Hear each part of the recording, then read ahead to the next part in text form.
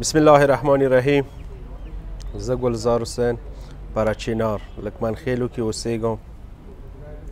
دینه مخکې زه تاسو لیدلی یم چې نه پټه نه دی څنګه زه وروتم، څنګه ما سبق وله، څومره مونې تکلیفونه تیر شوه، هغه تاسو ټولو مخ ته دی. څنګه سبق مو وله، چی شیني مو سبق وله، میټریکه پورې اپ یې مې څنګه وکړه.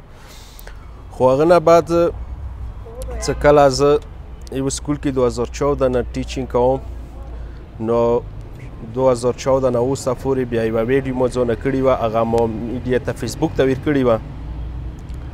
هغه نه بعد هم نماینده جاوید حسین ما ته راغللو، ما نه سټوري جوړه کړه. هغه سټوري کله وایرل شوه، مختلفو چینلو بیا هغه سټوري واغسته، ما ته بیا چینلو هغه کولو. زه به چینلو ته تلم، اسلام آباد ته لاړم، پی ټي وي هوم ته، خیبر نیوز ته لاړم، هم ته لاړم، بی بي سي ته لاړم. خو ډېرو چینلو سره بیا زه وغږېدم، ما انټرویوانې ویر کړلې، خو ما ته اوسه پورې حکومت نه څه ریسپانس نه دی میلاو شوی.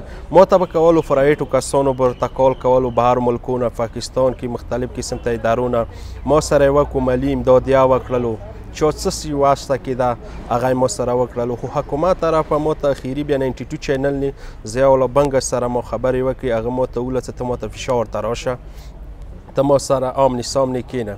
څه کله زه فشار ته لاړم نو بیا ما ضیاءالله بنګ سره ملاقات داسې و لکه جنت ته نوتل. ډېر مشکل کار و. یوه ته ټلیفون به ورته وکړو، زه نن دلته یم، سبا به ما ټلیفون ورته وکړو زه دلته یم، بیا سبا. خو همدغو کې ما 3-4 شپې فشار کې راغللې.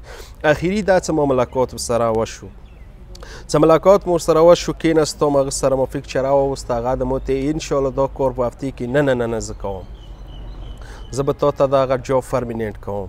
مخکې خو ما ورته دا وویل چې یاره ما ویلي و چې ما 14 میاشتې تنخوا باندې 6,000 روپۍ حکومت فی رکولې.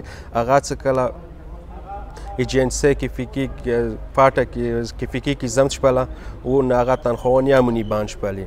نو څه کله ضیاءالله بنګش ما ته وویل انشاءالله څه تا به تنخواه زه جاری کوم، فرمیننټ جاب به در کوم. خو نن 18 میاشتې فرش مو تنخواه نشته و 2 میاشتې فرش به ضیاءالله بنګش طرفه ما ته څه ریسپانس نه دی میلاو. بیا زه دی به واتساپ باندې به میسیجونه ما ورته کول، همداسې به ما ورسره ټلیفون کولو، ټلیفون بیا نه اوچتولو، واتساپ نه کوم میسیج وی راغی، پکچر وی راغی، هغه ریسپانس بیا نه رکولو. تاسو ته اوسه وخت معلومه ده پټه نه ده. زه د اوسه سکول ته څو نه ده پرېښلی، زه د فیسبوک باندې پکچر ویر کوم. دې دپاره څه ونه یي چې دا سکول دی پرېښلی دی. زه سکول پرېږدم نه، ما بېګا نه ده پرېښلی، نن یې نه پرېږدم، سبا یې نه پرېږدم، زه یې مفته کوم.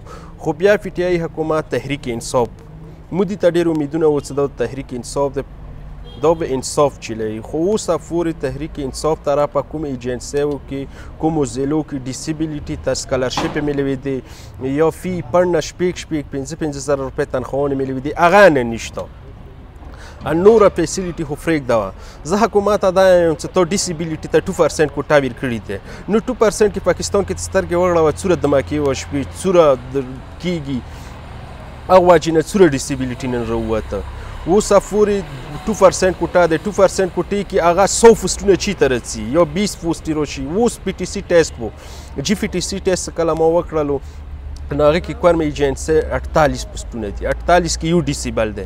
اوس به دا یو پوسټ دا څنګه کوي، میرټ باندې پې کوه. میرټ څنګه دی، هېچا نوک نشته، ډیسیبل سرټیفیکیټ ورسره دی، هېچا معمولي سترګه خرافه دی، ډیسیبل ورسره دی، هېچا خپه کریک دی، ډیسیبل ورسره دی، هسپتال نه یې جوړ کړی دی. اوس به هغه ریګولر سټوډنټیان دي، ایم ایس سی ایم ای کړي دي، ایم فیل یې کړي دي، اول به هغه لګېږي.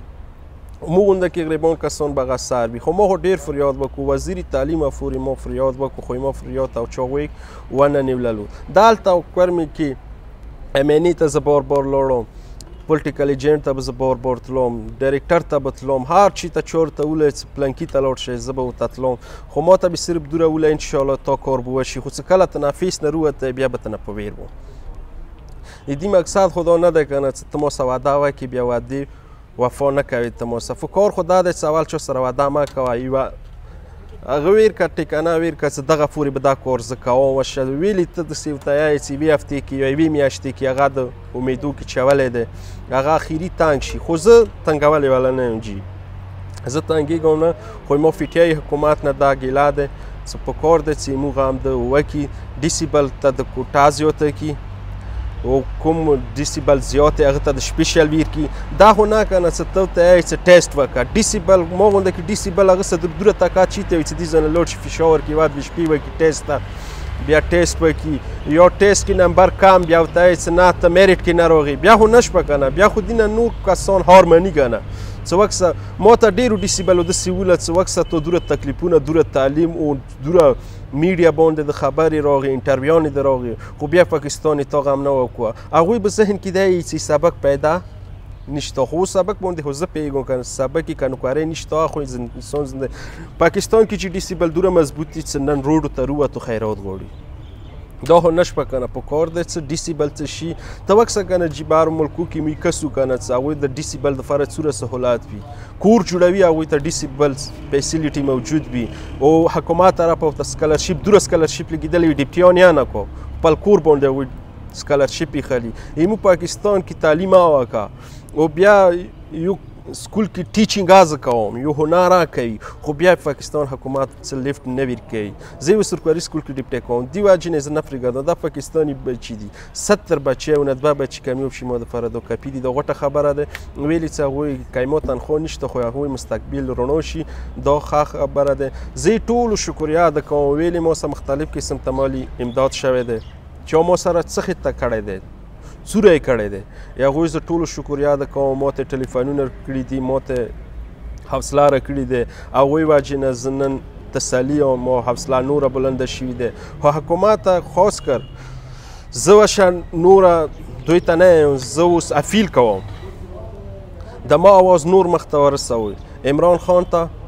او چیف اف آرمی سټاف جنرال قمر جاوید باج به ته درخواست کوم چې ما کیس د زر نوټس کې واخلي ویلې څه وشه تاسو ته اخیري ما هغه دی چې تاسو به د ما کار کوئ نوره خو زه ډېر وګرځېدم زه وزیر تعلیم ضیاء الله بنګش ته دا پیغام ورکوم چې خدای د قرآن کې یی چې چا سره څه وعده وکړي وعده سر ته رسوه خو تا ما څه یو هفته وعده کړې وه دا د 3 میاشتې په تفره کېږي تا وعده سر ته نه ورسوله سر همیشه دپاره به دا سیټ نه وي یوه ورځې به دا سیټ تا ناڅي بل ته به میلاویږي خو داسې مه کوه چا سره څه وعده وکړي لږ د خپل سیټ نه بهاره وځه لږې سترګې وغړوه چې څوره مزدور دي څوره غریبان دي دغو باندې لږ رحم وکړه نن تا سره دی سبا به دا سیټ تا سره نه وي نو زه تا ډېره شکریا ادا کوم چې تا ما سره ملاقات وکړلو او تا ما سره وعده وکړله هېڅ خبره نه ده خیر دی خو داسې چا سره څه وعده وکړي